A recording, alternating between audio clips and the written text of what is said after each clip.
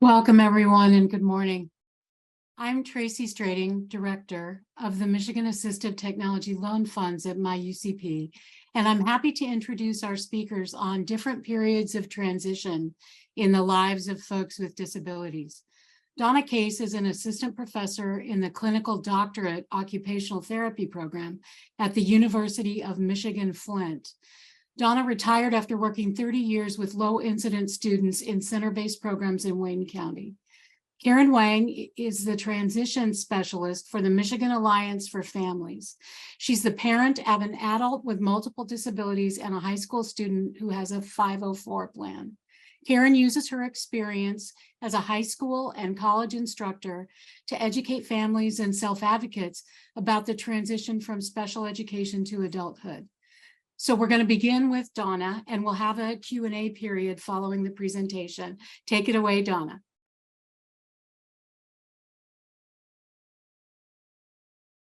You're muted. I forgot to unmute, so my apologies. So I'm going to just share my screen. Let's see. Hopefully you can all see that. If someone can let me know if we can't, then we'll know.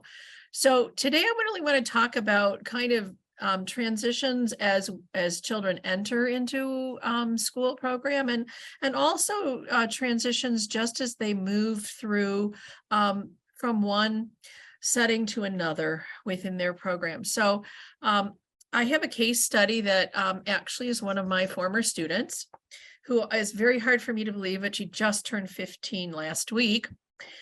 So she was a 3-year-old student classified as severely multiply impaired. She had been diagnosed with cortical visual impairment, has cerebral palsy, and an unknown level of cognitive impairment due to the difficulties in evaluating her. She began school at age 3 in a district where she was the only SXI student and the first to be diagnosed with CVI. Jessica is nonverbal, has difficulty with lip closure, eats baby food textured meals, and drinks from a bottle with thickened liquids. She requires assistance to have diaper change, to transfer in and out of her wheelchair, and to tell others what she wants or knows. Jessica's mother knows that Jessica needs additional support to help her access her educational program. And this includes a vision specialist who's trained in cortical visual impairment, speech pathologist trained in augmentative and alternative communication devices, and occupational therapist and physical therapists who are familiar with supports and access requirements. But her school district repeatedly tells Jessica's mother that no one in the district knows what she's asking, and they don't have the assistive technology that she is required. So a question that I ask for you, because this is how I like to have it, is how successful do you think Jessica is going to be in accessing her educational program? Anybody, you can put it in the chat. You can unmute yourself. They can raise their hands. I can unmute. Oh, thank you, Tracy.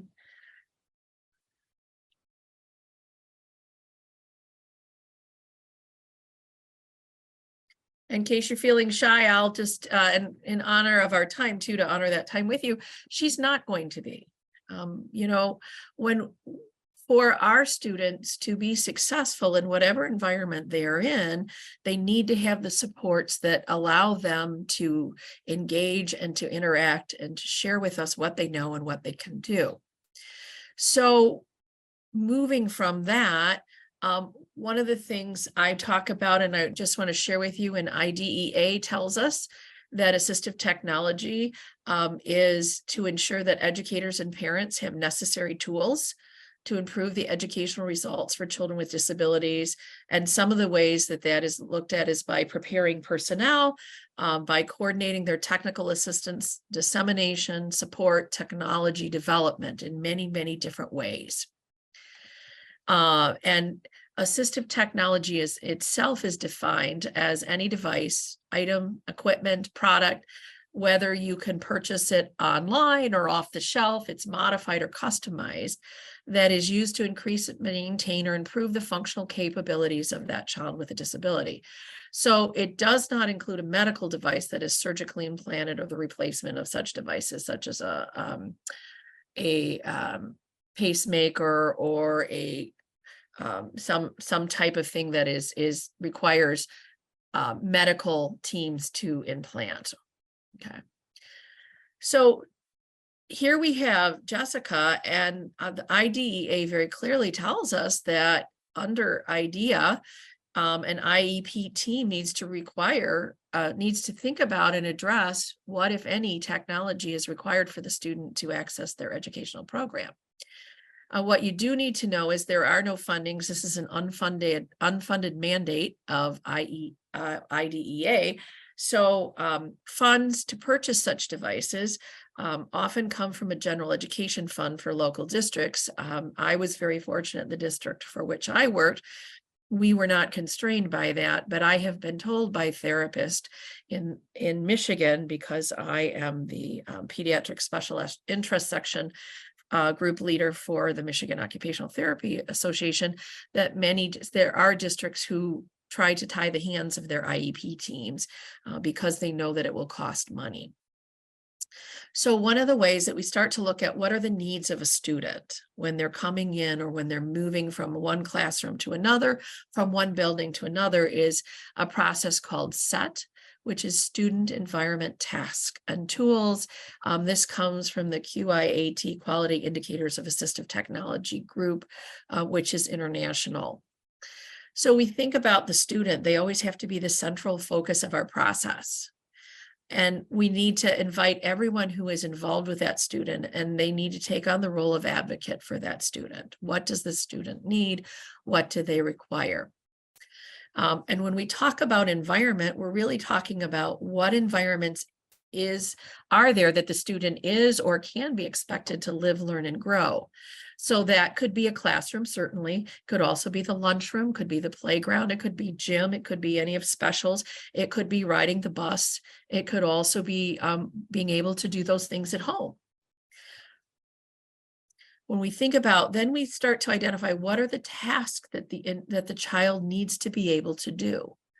What do they need or want to be able to do that will allow them to reach what our goals are, what their goals are, and accessing their educational program.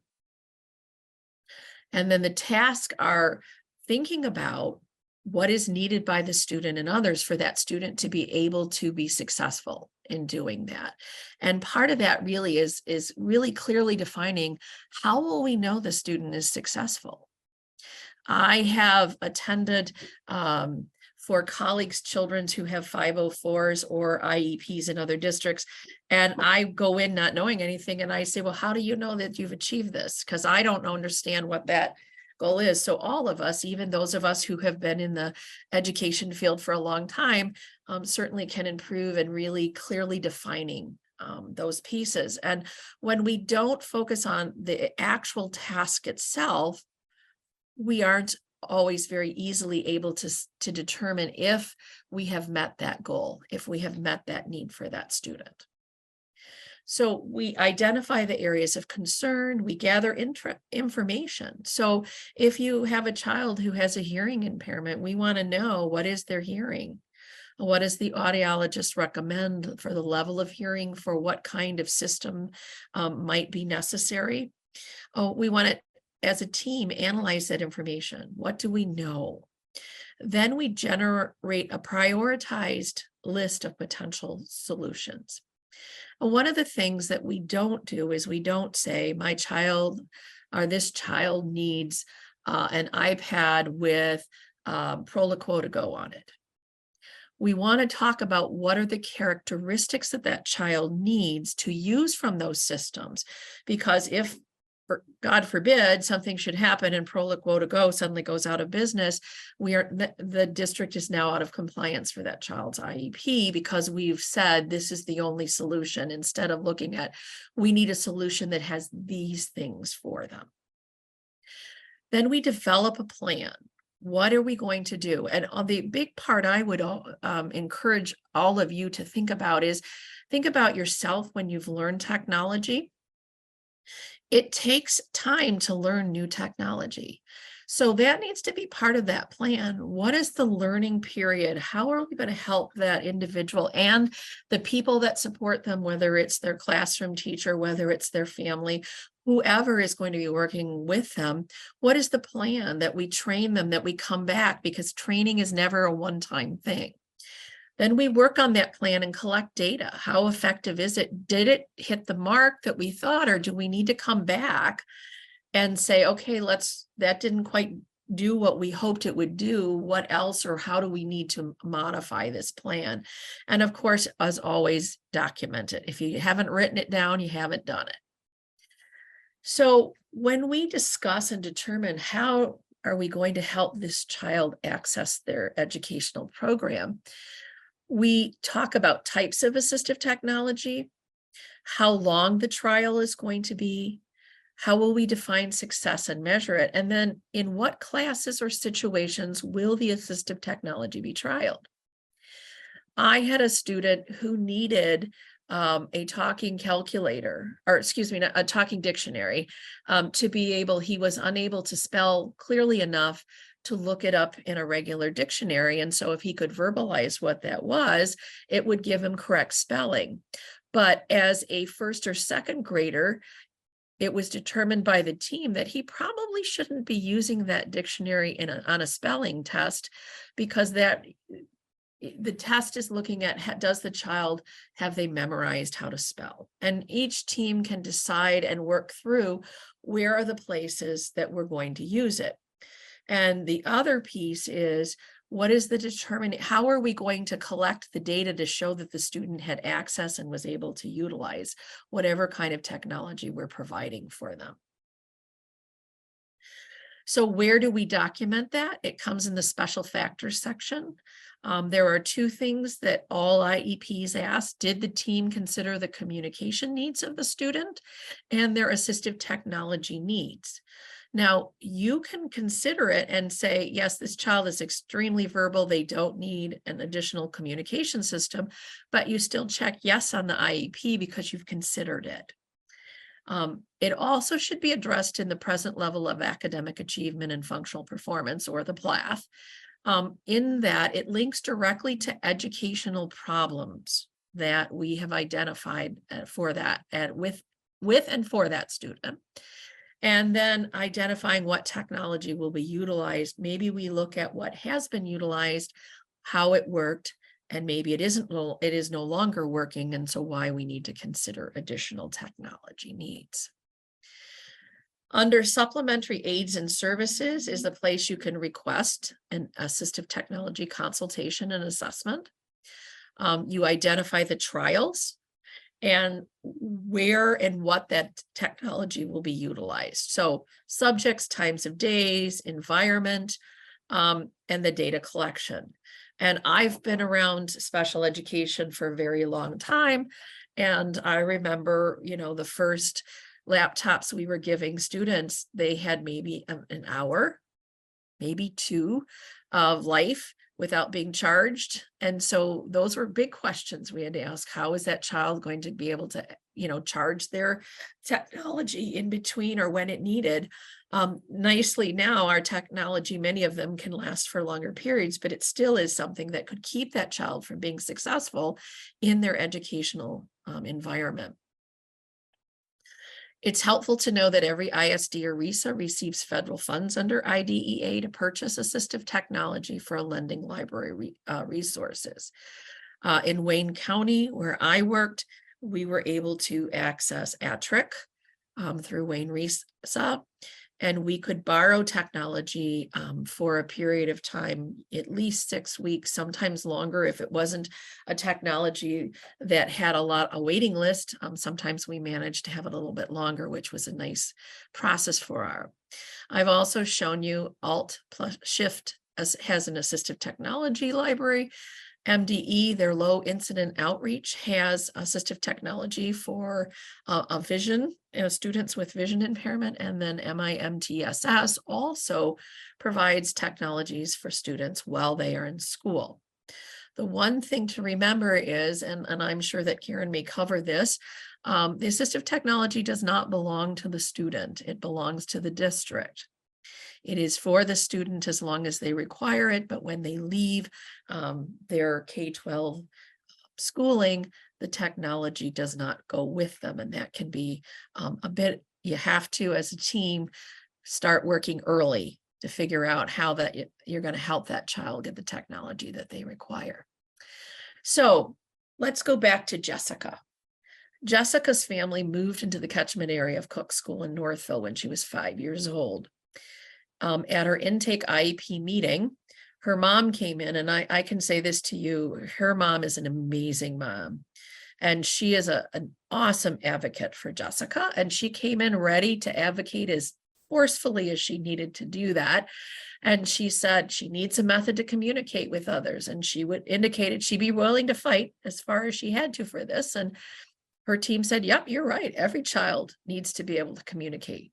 And at Cook, we use the picture exchange system to begin the communication system, explain that to her mom, and that we would be training Jessica and her family, and all of the staff in her school career would be utilizing that where we move.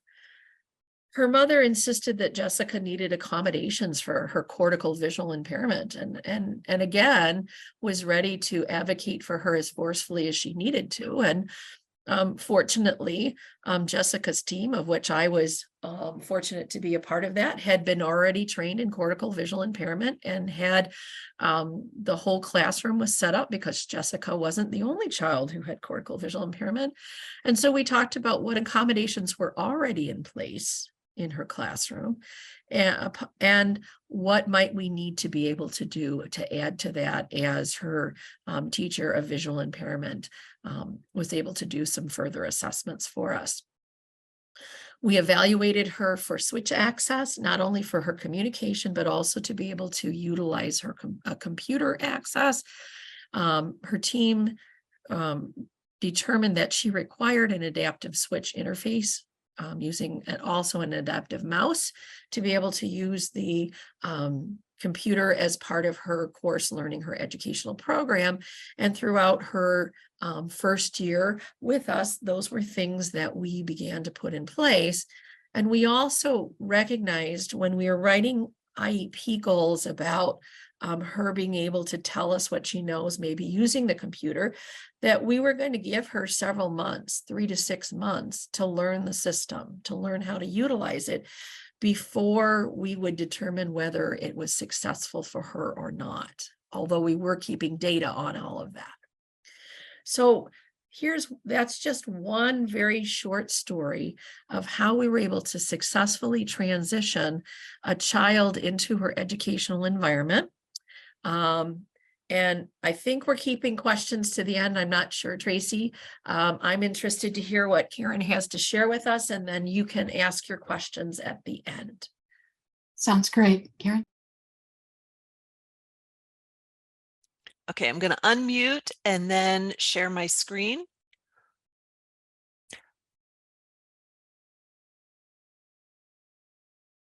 Okay, I hope everyone can see that.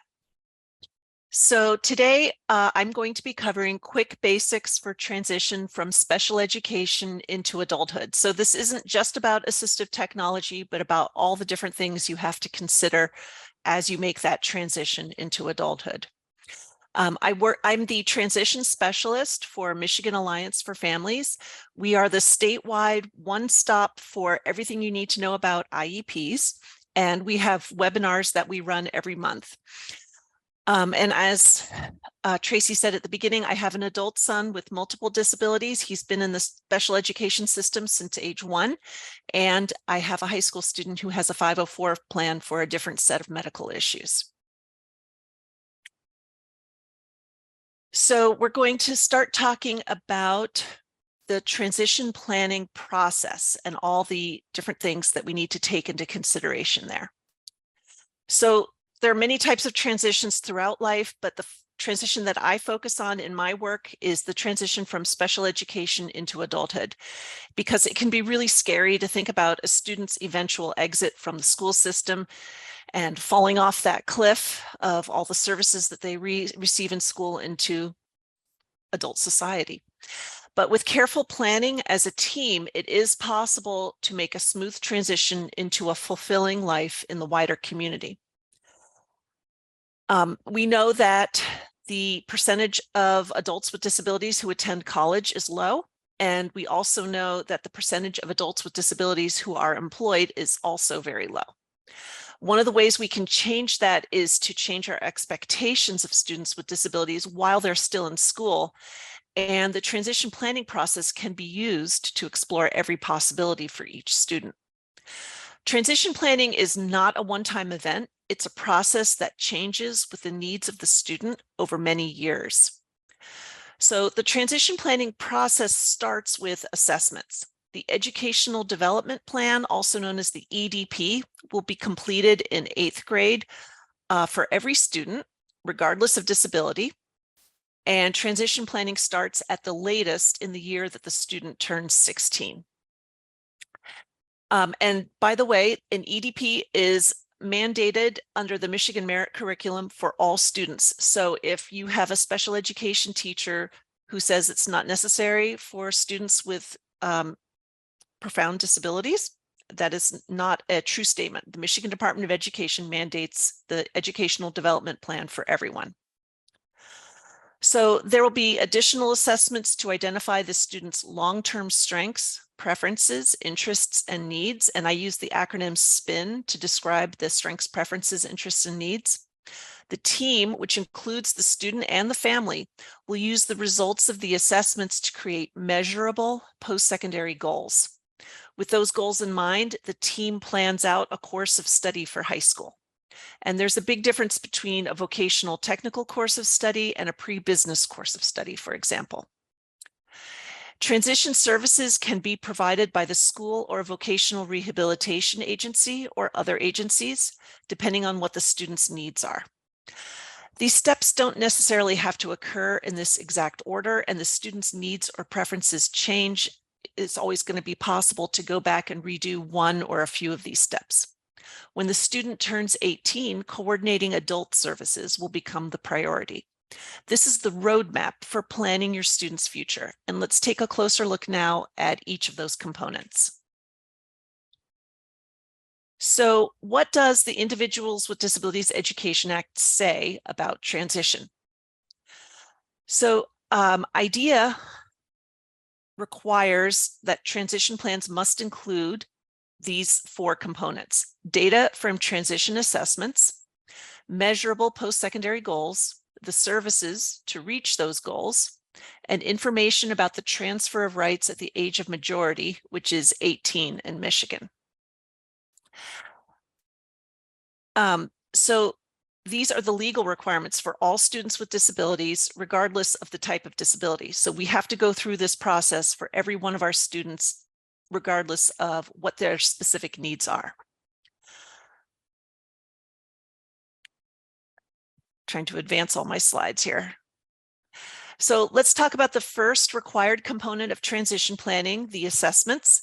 Transition assessment is a way to gather information about the student's strengths, preferences, interests, and needs, their SPIN, as they relate to future living, learning, and working environments. The assessment process starts in middle school with the Educational Development Plan, and it continues until the student exits school. The information that's gathered during the transition assessments will then be used to guide the transition planning and the IEP process. Some people like to think of this step as answering questions like, where are we now?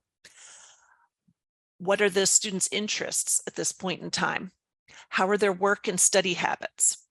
Usually when we hear the word assessment, we think of something formal like standardized tests, but transition assessments should include lots of different things. For example, reviewing the types of assistive technology that are helpful to the student, what types of accommodations they're using, having conversation with the student and their family about where they see the student's adult life going,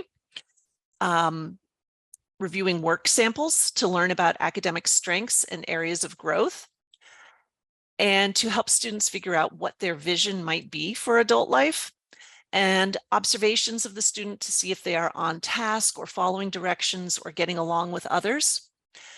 And Interest can also be a component of transition assessments to help gather information about the student's skills. So a couple of standardized assessments that I've seen used are Career Cruising and the Student Transition Assessments Tool, or STAT-R, but there are many other tools on the market, and it varies widely from one school district to another what they prefer. If you hear information that doesn't make sense to you when you're in the transition planning meeting, or if you don't understand transition assessment scores that are being reported, you can ask for clarification or context. You can also ask what sorts of informal assessments were done if you're only hearing scores. If you're going through the transition plan, but you're feeling like something is missing, you can ask for different assessments and information gathering to be done and set a date by which you'll reconvene and look at an updated transition plan. So these assessments really do set a starting point for the transition planning process. When my son was in high school, I specifically requested assessments on his social adaptive skills because I knew that that was going to be a make or break for his adult life and any possibility of living semi-independently. Okay, now we're going to look at post-secondary goals. So post-secondary goals are meant for the long term, 5 years, 10 years, 15 years down the line. These are goals that will be completed by the student after they exit the school system. So the annual IEP goals are meant to be stepping stones to the post-secondary goals. And the post-secondary goals must be written in each of the following areas: education, training, employment, and independent living if applicable. So here I have some examples under each category. For education and training, a few examples might be to attend a 4-year college for business management, which is what my nephew does. He has cerebral palsy and has difficulty with his right side. Participate in on-the-job training at Detroit Metro Airport, or participate in a skill building program to focus on time management, which is what my son is doing at this very moment. A long-term post-secondary goal for employment might be working part-time at a pet store while attending a 2-year college for a certificate in veterinary technology. And then after graduating or earning a certificate, working full-time as a vet tech. One of my son's good friends ended up doing that. Or it could mean working at the local hospital with a job coach as another example of an employment goal. For independent living goals, it could include something like living independently in an apartment, scheduling your own appointments, paying bills, and accessing services in the community by using public transportation. Another example of a long-term post-secondary goal might be to prepare for each day by dressing and feeding oneself with assistance. Sometimes it helps when you're developing post-secondary goals to think about creating a life and a schedule that runs separately from one's parents. Even if the student is planning on living with their family for the foreseeable future, there's still an opportunity here to visualize and plan for a life that runs independently of parents. So at this point, people start asking me, what do you mean by independent living? Because my child is never going to be able to do that. And I have 2 responses to that statement. First, never say never. We cannot predict what our children may or may not be able to do in the future. Second, independent living means a lot of different things. The term independent living was born in the 1960s as a way to describe life outside of institutions. Disability activists founded this movement on 4 principles: choice, control over one's own life, freedom, and equality with non-disabled persons. Depending on the nature of a person's disability, those principles could mean living in an apartment with 24/7 support or sharing a home with compatible roommates. Oftentimes, it means living with parents and paying rent. Independent living doesn't just mean where, but also how a person lives. So choosing the services that fit their needs the best. For example, does this person need physical therapy or maybe just some home help in the morning to get started and out the door? It also applies to everyday decisions like choosing the groceries that a person likes best and learning to prepare meals, scheduling medical appointments, and remembering to tidy up the living room. Independent living includes participating in community activities that a person enjoys. So maybe a yoga class or swimming or attending weekly worship or going to the farmer's market and having the same access to those activities that people without disabilities have. So instead of saying, oh, my child will never be able to do that, we can ask the transition team, what are the students' barriers to independent living, and what can we do to remove those barriers? That is, in fact, the purpose of assistive technology.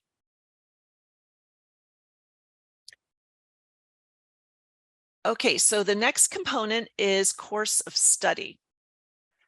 And course of study is considered by the state of Michigan to be a transition service that is offered to all students regardless of disability.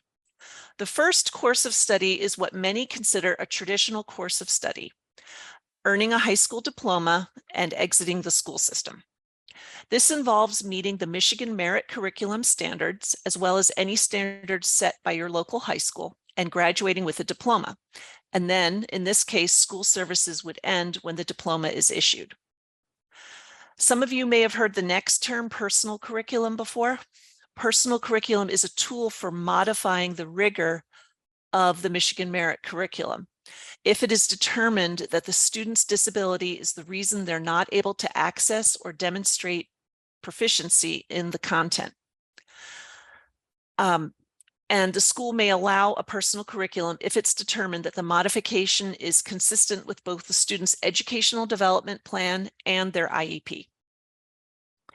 In Michigan, students with IEPs are eligible to continue working toward a diploma until age 26. If a student needs extra time to earn a high school diploma, this should be discussed with the IEP team. And then, of course, career and technical education is an option, and it needs to be presented as an option by the school. So there are multiple paths and configurations that can lead to a diploma, and the intent of the Michigan Department of Education is to make a diploma accessible for as many students as possible. My older son, who is now 22, did earn a high school diploma, and it was something that my husband and I thought was impossible until his cross-categorical classroom teacher in 8th grade sat us down and explained to us what a personal curriculum is and showed us his reading comprehension scores and showed us how he would be able to earn that diploma. So we planned out, we weren't sure if we were going to need 5 or 6 years to complete the diploma, but we were able to plan out the 4 years, and we included completing some of the required courses over the 3 summers. And he was able to graduate with a diploma on time with his cohort using the personal curriculum. The second option for a course of study is to exit high school without a diploma. This is widely referred to as earning a certificate of completion. So it's different from exiting with a diploma because there is no established curriculum, which means that the student's post-secondary goals in the transition plan will drive course selection and everything else. For example, a student might choose a cooking and nutrition class, a photography class, or a science elective like geology. It's all about the student's spin, strengths, preferences, interests, and needs. Students with IEPs who do not earn a diploma are eligible for school services in Michigan until age 26. Career and technical education can also be a part of the student's course of study, even if they are not earning a diploma. So that's another way to work in vocational skills into the course of study. Now, some students will start high school on the diploma track. And then after 2 or 3 semesters, it may become apparent that the student will be unable to complete diploma requirements, even with a personal curriculum and other accommodations. So those students would then switch to a certificate of completion track. But I also want you to know that it's possible for things to happen the other way around. So a student may start on a certificate track, but then after the student learns to use augmentative communication or learns to read Braille or gets a sign language interpreter in class or another type of assistive technology is mastered, the student may be able to switch to a diploma course of study. and perhaps even continue to college. There are cases in Michigan where this has happened. This is why it's essential to review and update the student's spin every year. Next, we have the transition services. So transition services also need to be written in each of the 4 following categories: education, training, employment, and independent living to the best of the student's ability. So some examples under training might be study skills training. That's something that my son did. He took a note-taking class in high school. Or practicing requesting accommodations, which is another IEP goal that was written into my son's IEP. Under employment, transition services might be learning to follow a daily schedule, getting some community work experience, or getting a referral to vocational rehabilitation.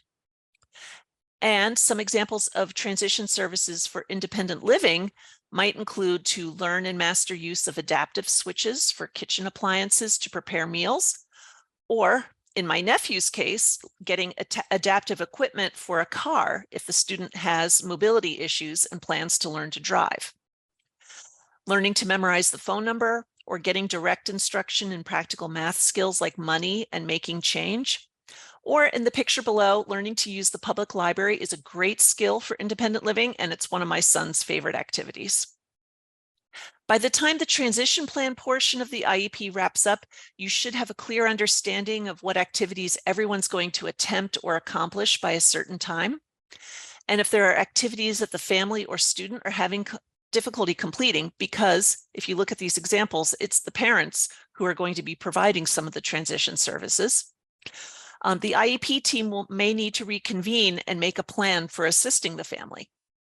It's ideal for the student, their family, and the school to work together and collaborate on getting these things done. If you need help or have questions, reach out to the teacher and let them know first. But if you feel like your IEP team needs some support with transition planning, you can reach out to your district's special education administrator. Many times that person can offer creative thinking and support to you and the school on how to plan and how to get things done.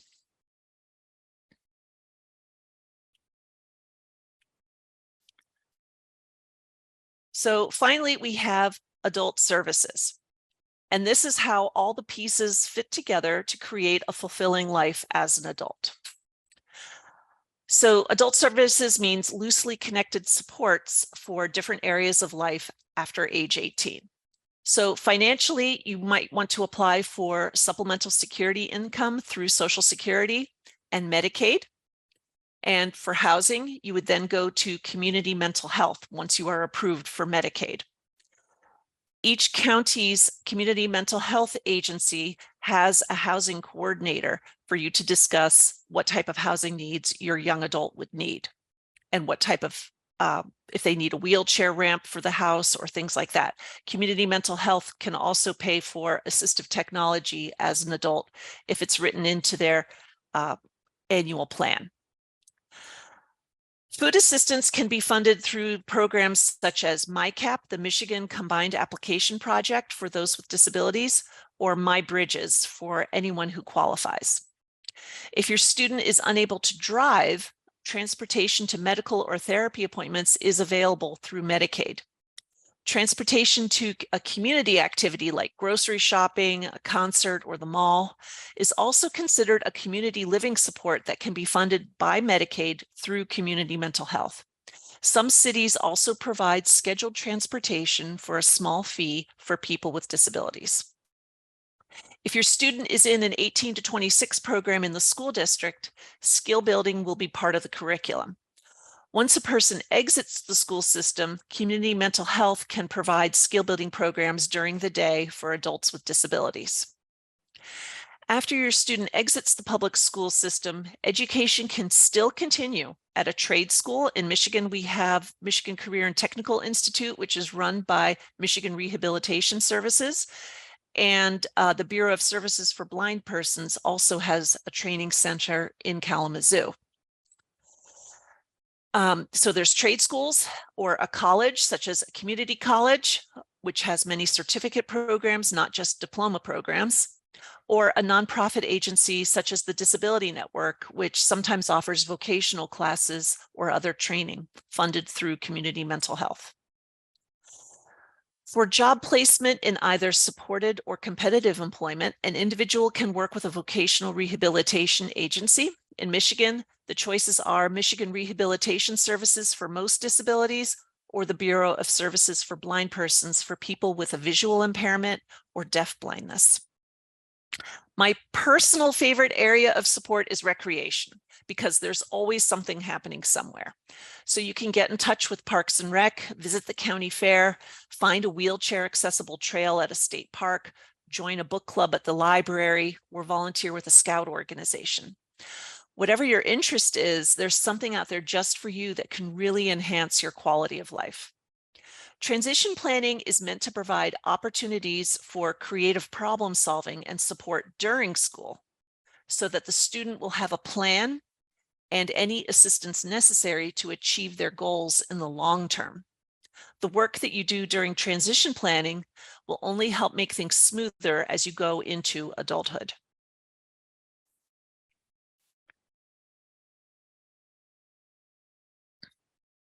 So when the student is the focus, everyone wins.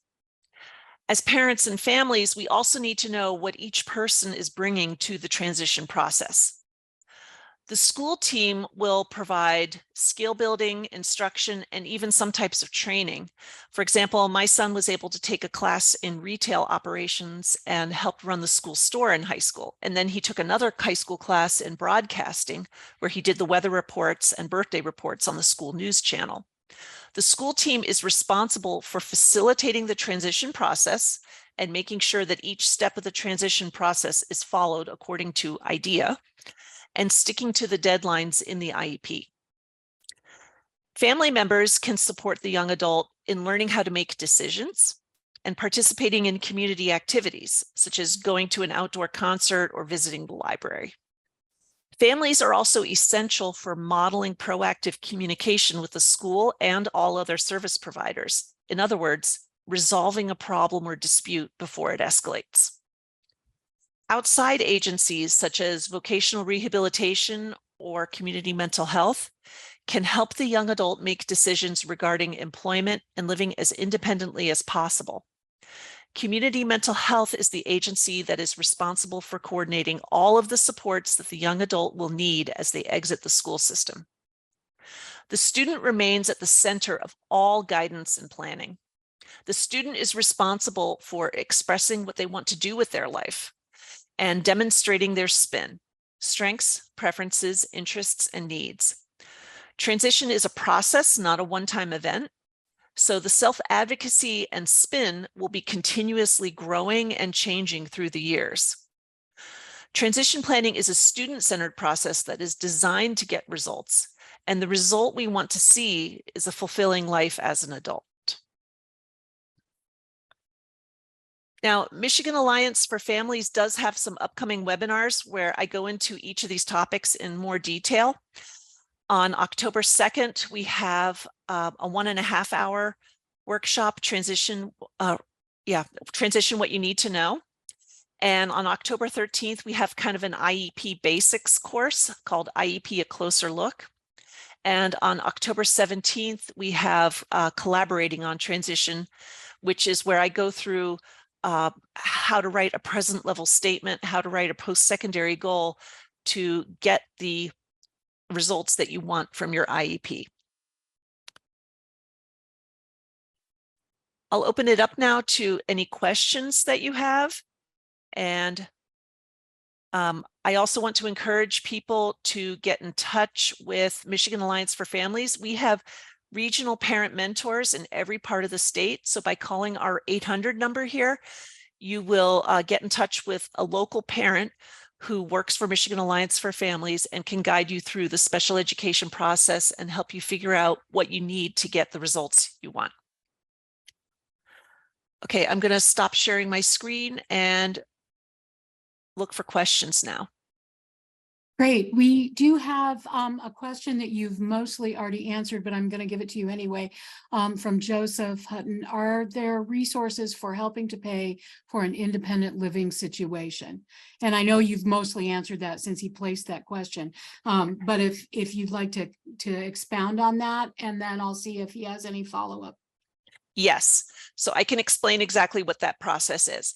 So first, the person has to be enrolled in Medicaid, and they must be over the age of 18 to be considered for an independent living situation. So Medicaid over the age of 18. Once you have the person enrolled in Medicaid, you then call community mental health in your county and enroll with community mental health. Community mental health, then you have to choose a supports coordination agency, which is kind of one of the service providers through community mental health. You choose a service provider, and your supports coordinator will then connect you with residential services in your county. And residential services is great. They have information about group homes. They have information about accessible apartments. And there are many residents in Michigan, and I know in my county there are many residents who use a wheelchair and have 24/7 support in their own apartment. So that is possible, but you have to go through the whole process. There's a lot of hoops to go through. Great. Do you just want to mention a little bit about self-determination? It's not appropriate for everyone, but it is an option that people have. And I know that you know about it. Karen, do you want to say something about self-determination? Yes, we Michigan Alliance for Families, we do workshops on self-determination. In fact, in October, we have a youth self-determination series specifically for high school students. But self-determination, simply put, means learning to make decisions. And it means that I decide how I want to live my life. And the truth is that anyone has that ability to make a decision. And you don't have to express your decision verbally. You can express it non-verbally by expressing your preferences. The people who live closest to you will understand by your behavior. In my house, we always say behavior is communication.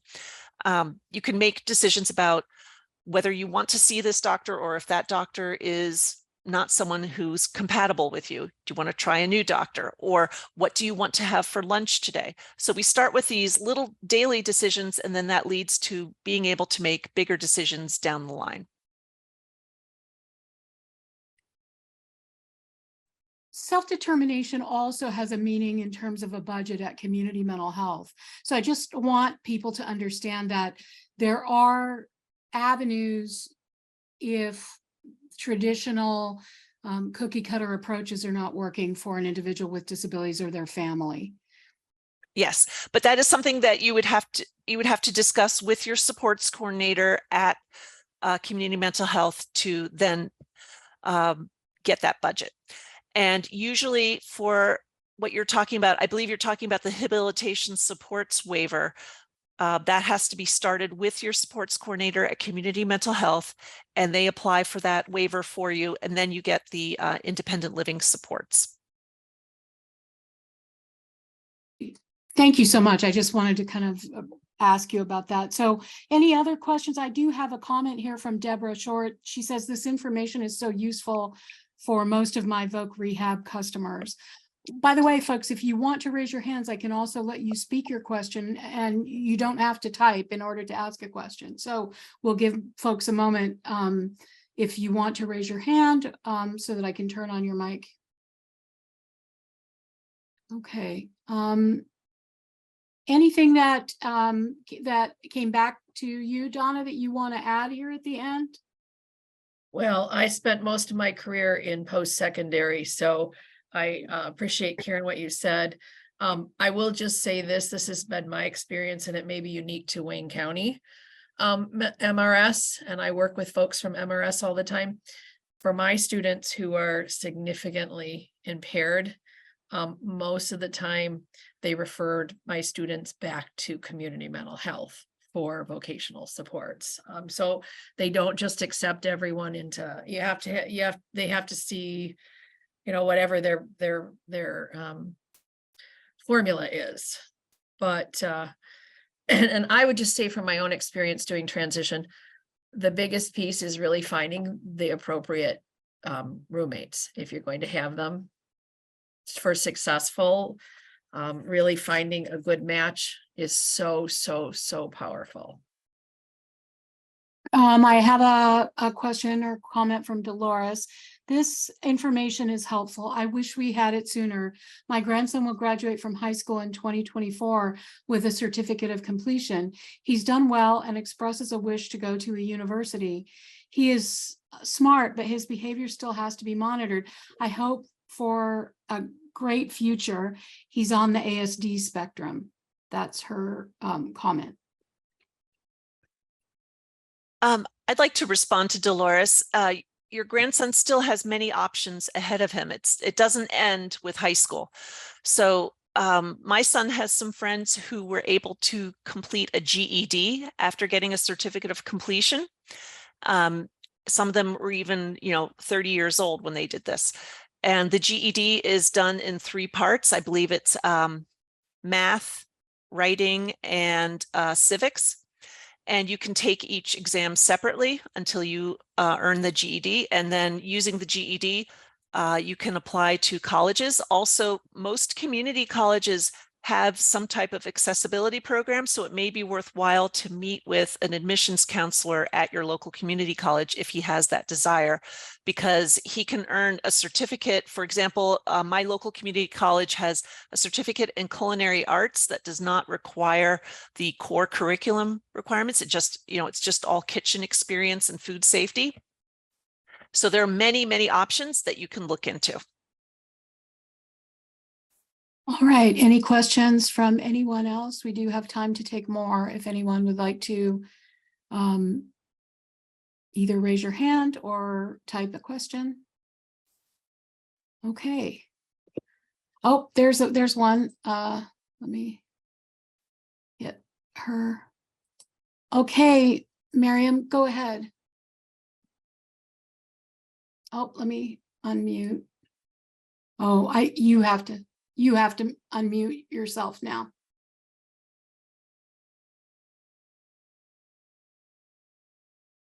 Miriam, if you want to hit the mute button there, I've allowed you to ask your question. You just need to unmute so that you can do that.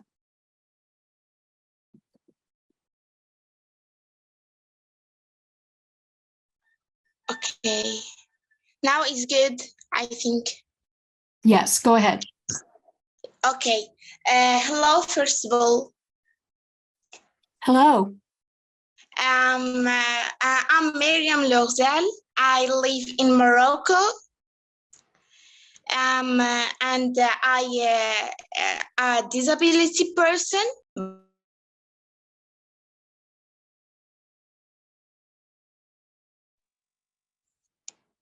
Hello? Hello? Okay. Did you say you're not in Michigan? You don't live in the state of Michigan? Sorry. Okay, let me just. Now it's okay. All right.